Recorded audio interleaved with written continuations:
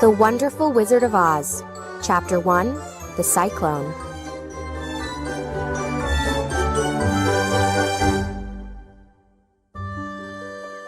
Dorothy lived on a farm in Kansas with her Aunt Em and Uncle Henry. Her aunt and uncle were hardworking and quiet. They spent all their time working, so they had no time to play with Dorothy. Dorothy would have been lonely if it weren't for her dog Toto. One day, Dorothy and Toto stopped playing, and Aunt Em and Uncle Henry stopped working. They all looked at the sky. Dorothy didn't like what she saw. Across the field, the sky was the color of night. Suddenly, a flash of lightning split the darkness, and the wind began to howl.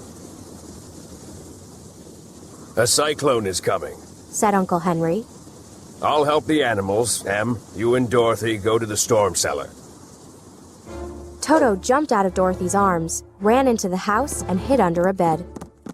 Aunt Em ran to the storm cellar, but Dorothy ran after Toto.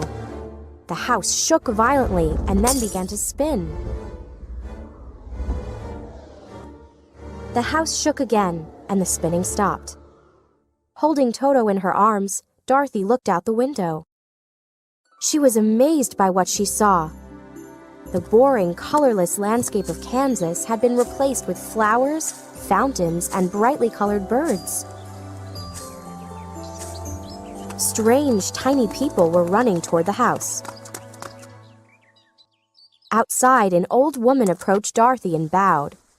"You're a great hero," said the woman. "We thank you for killing the Wicked Witch of the East. The Munchkins are free." The other people cheered, but Dorothy was confused.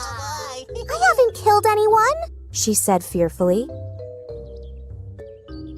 "Well, your house did," said the old woman. "And the result is the same. The Munchkins are free." "Oh dear," cried Dorothy. "The house fell on her. Who was she?" "She was the Wicked Witch of the East," said the woman. "And the Munchkins were her slaves." "Are you a Munchkin?" asked Dorothy. "Oh no, I am the Good Witch of the North. I came because I heard the Wicked Witch was dead." "Where I come from," said Dorothy, "all witches are dead." "That doesn't surprise me," said the Good Witch. "If houses often fall from the sky, not even the Great Oz could survive." "The Great Oz?" asked Dorothy.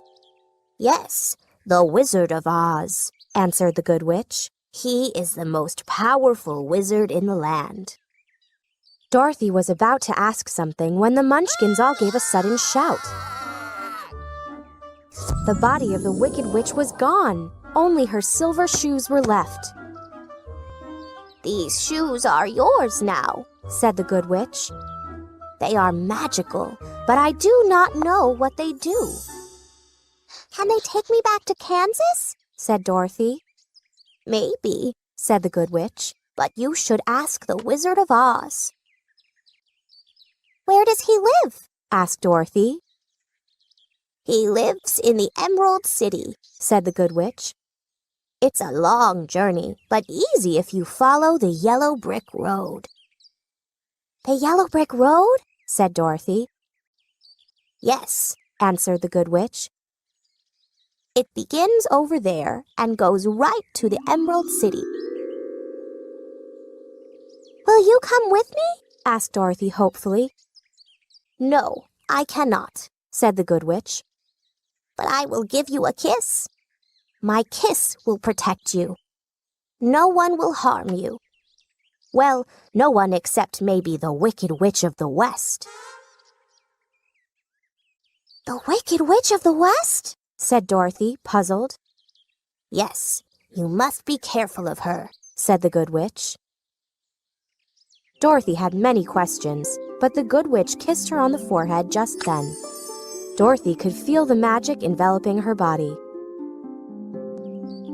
"Goodbye, good luck, and remember, stay on the yellow brick road," said the Good Witch. Toto gave a loud bark as the Good Witch suddenly disappeared. Well, Toto, said Dorothy, I guess we should pack and then follow the yellow brick road. She put some food in her picnic basket and then locked the door to her house. Come along, Toto. It's time to go see the wizard.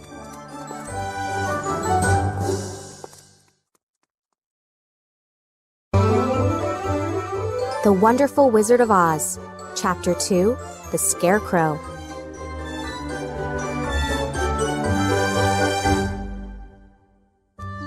Dorothy followed the yellow brick road all afternoon, and then she wondered where she would sleep for the night. Not far ahead, she saw a small Munchkin village, but all the houses seemed empty. When she came to the last and biggest house in the village, she understood why. Everyone in the village was there. All the Munchkins knew who Dorothy was.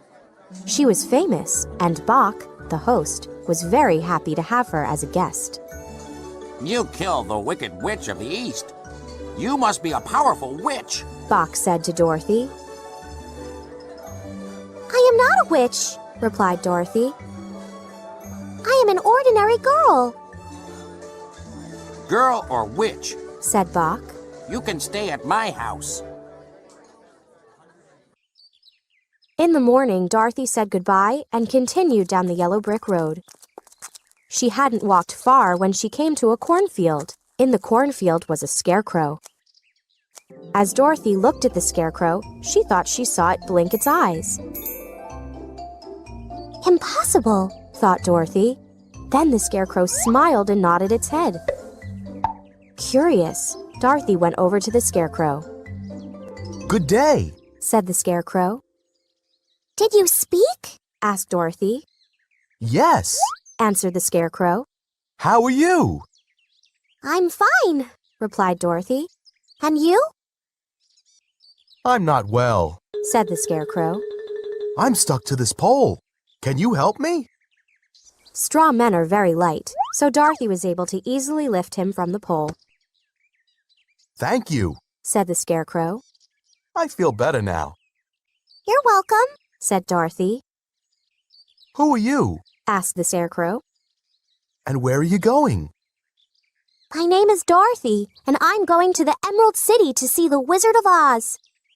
Where is the Emerald City? And who is Oz? Asked the scarecrow. Don't you know? Dorothy asked in surprise. No, I don't know anything. Answered the scarecrow sadly. My head is made of straw, so I have no brain. Oh, Said Dorothy. I'm sorry to hear that. Oz is a great wizard. Do you think Oz could give me a brain? Asked the scarecrow hopefully. I don't know, Said Dorothy. but come with me and we will ask him together. I'm scared to go and see the wizard alone. Are you scared? Oh, I'm not afraid. Answered the scarecrow. I'll tell you a secret. There is only one thing in the world that I am afraid of. The farmer who made you? Interrupted Dorothy.